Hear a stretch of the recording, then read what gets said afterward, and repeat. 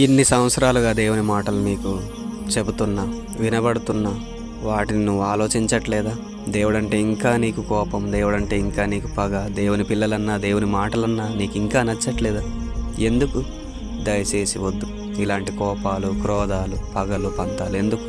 ఇదిగో నీ కళ్ళ ముందు ఎన్ని జీవితాలు కరిగిపోయాయి, నీ కళ్ళ ముందు ఎన్ని సంవత్సరాలు ఇదిగో ఆవిరిలా వెళ్ళిపోయాయి. ఇంకా ఎందుకు నేనిది నేనది అని, ఇదిగో నేను గొప్పవాడిని, నేను ధనవంతుడిని, నాకు ఆస్తి ఐశ్వర్యం ఉంది, నాకెందుకు దేవుడు అని అనుకుంటున్నావు? దయచేసి వద్దు.